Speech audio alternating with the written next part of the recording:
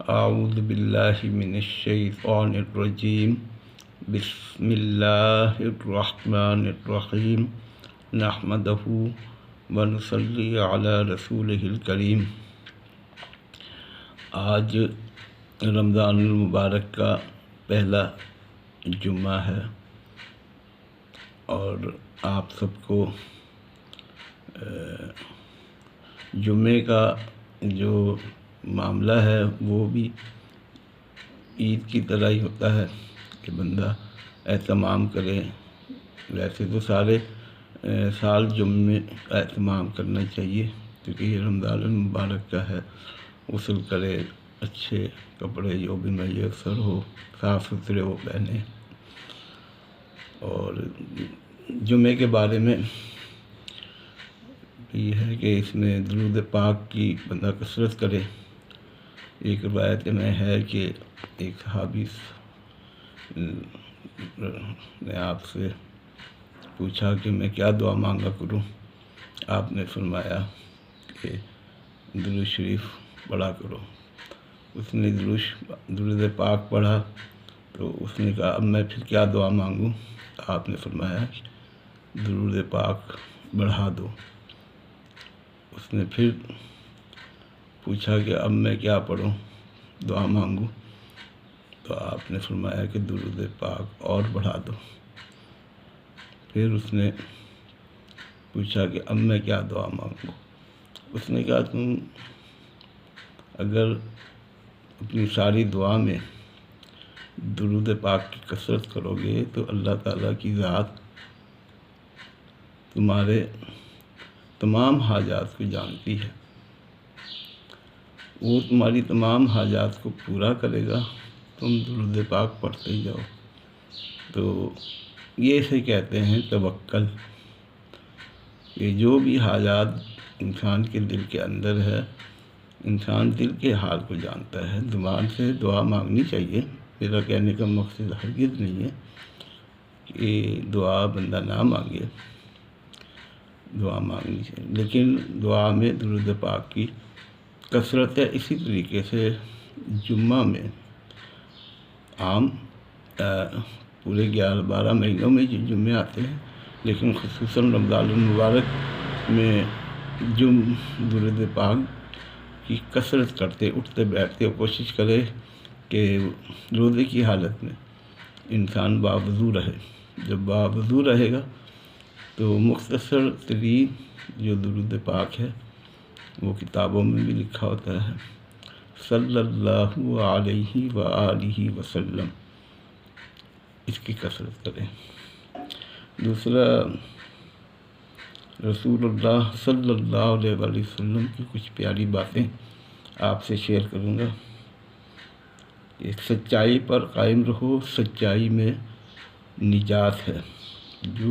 جس شخص میں امانت داری نہیں، اس میں ایمان نہیں۔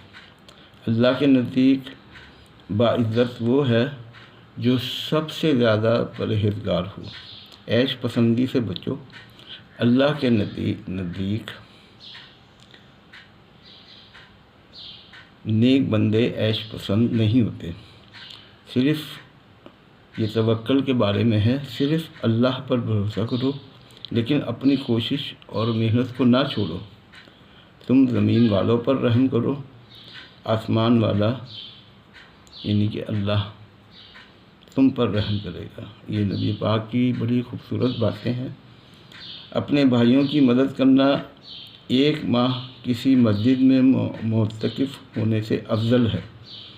تم میں زیادہ قوی وہ ہے جو غصے میں اپنے آپ کو قابو میں رکھے اور قدرت ہوتے ہوئے بھی بدلہ لینے سے درگزر کرے۔ اللہ کی تلاش میں بھٹکتے پھرنے کی کوئی ضرورت نہیں۔ دیکھنے کی نظر سے دیکھو، اللہ شیرک سے زیادہ قریب تم کو ملے گا۔ اللہ کے نزدیک اللہ کے بندوں میں وہی شخص بزرگ ہے جو اللہ کو محبت کی نظر سے دیکھتا ہے۔ جس طرح زبان بال سے پاک ہے، اسی طرح ایمان کو بے ایمانی سے پاک رکھنا چاہیے۔ سلام کرو جسے جانتے ہو اور جسے نہ بھی جانتے اسے بھی سلام کرنے میں پہل کرو۔ جب کسی کے گھر جاؤ تو بغیر اجازت گھر میں داخل نہ ہو، پہلے سلام کرو پھر اجازت مانگو۔ جب کسی محفل میں جاؤ تو سب کو ایک بار سلام کرو، جہاں جگہ ملے بیٹھ جاؤ، دوسرے کو پھیلانگتے ہوئے آگے نکلنے کی کوشش مت کرو۔ یہی حکم مسجد میں کے آداب کا بھی ہے۔ کسی بھی محفل میں بیٹھ کر بلند آواز سے گفتگو نہ کرو، دوسروں کو نظر انداز کر کے ایک دوسرے سے چپکے گفتگو نہ کرو۔ بلا وجہ قہقہ لگانا اور منہ پھیلا کر بیٹھنا معیوب لگتا ہے۔ بسم اللہ کہہ کر کھانا شروع کرو۔ پلیٹ میں ضرورت کے مطابق کھانا نکالو۔ چباتے وقت آواز نہ نکالو، منہ بند کر کے کھاؤ۔ صلح کرنی نماز اور صدقے سے بہتر ہے۔ یہ آپ نبی کریم صلی اللہ علیہ وسلم کی کچھ پیاری باتیں تھیں۔ اب 2 وظائف میں آپ کو بتاتا ہوں۔ فقر جس کو کہتے ہیں، اور تنگدستی کے لیے ایک تسبیح صبح اور ایک تسبیح شام۔ تسبیح ہے لا الہ الا اللہ الملک الحق المبین، نہیں ہے کوئی معبود، نہیں ہے کوئی عبادت کے لائق مگر جو مالک ہے، حق کو ظاہر کرنے والا۔ دوسری تسبیح ہے دنیا اور آخرت کی بھلائی کے لیے، 100 بار صبح 100 مرتبہ شام۔ ربنا آتنا فی الدنیا حسنۃ وفی الآخرۃ حسنۃ وقنا عذاب النار، جس کا مطلب ہے اے ہمارے رب ہمیں دنیا میں بھی بھلائی دے اور آخرت میں بھی بھلائی عطا فرما اور آگ کے عذاب سے بچا۔ تمام پڑھنے والوں سے التماس ہے کہ 1 مرتبہ سورہ فاتحہ، 3 مرتبہ سورہ اخلاص پڑھ کر ہمارے لیے اور تمام امت کے لیے دعائے مغفرت کریں۔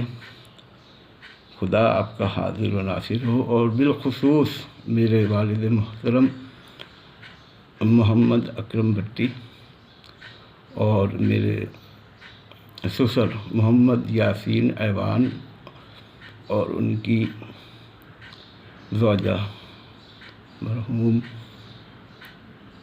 شگفتہ بیگم کے ایصال ثواب کے لیے اللہ ان کے درجات کو بلند فرمائے، اور میرے تمام اہل خانہ جو دنیا سے چلے گئے ہیں ان کے اوپر اپنی رحمت فرمائے نبی پاک کے صدقے۔ سبحان ربک رب العزت عما یصفون وسلام علی المرسلین والحمد للہ رب العالمین برحمتک یا ارحم الراحمین۔ السلام علیکم ورحمۃ اللہ وبرکاتہ۔